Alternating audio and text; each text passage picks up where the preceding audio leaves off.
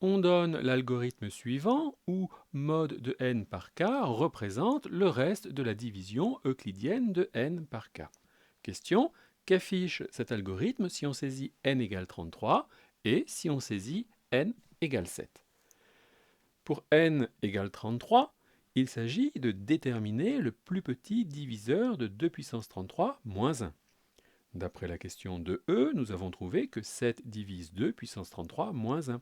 Donc l'algorithme affiche 7 pour la valeur de k. Or 7 est largement inférieur à racine de 2 puissance 33 moins 1. Donc l'algorithme affiche, donc affichage k numéro 2. Ensuite, pour n égale 7, il s'agit de déterminer le plus petit diviseur de 2 puissance 7 moins 1. D'après la question 3, ce nombre est premier. Rappel, dire qu'un entier est premier signifie qu'il est naturel et qu'il admet deux diviseurs distincts positifs, 1 et lui-même. Donc, la boucle tant que s'arrête dès que k est supérieur à la racine de 127, c'est-à-dire dès que k égale 12. Puisque k est supérieur à racine de 127, l'algorithme affichage k numéro 1.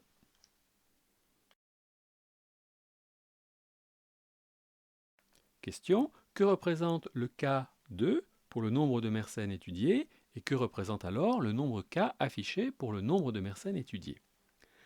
La condition mode de 2 puissance n moins 1 par k, différent de 0, vérifie si k divise 2 puissance n moins 1 et la deuxième condition détermine si k est inférieur à racine de 2 puissance n moins 1. La boucle tant que va permettre de tester toutes les valeurs entières de k jusqu'à la racine carrée du nombre de Mersenne.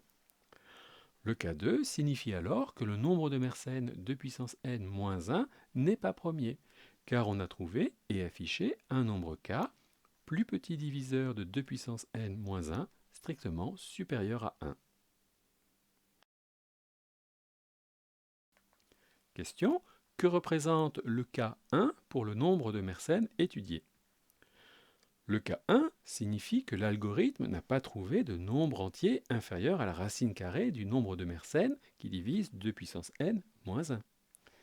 Donc le cas 1 indique que le nombre de Mersenne est premier.